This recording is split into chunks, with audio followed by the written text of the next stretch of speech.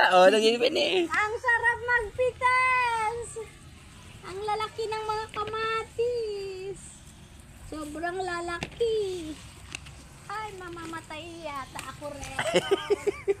Ang laki ng mga kamatis. Super laki. Dapi Ay, aso. magagalit na yung dog sa akin. Pinarvest ko na daw lahat ng kamatis niya.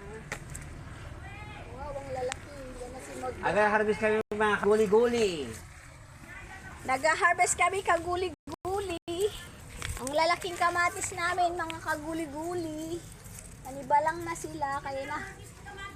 Siyempre, number one, ang number one nating harvester, Oh.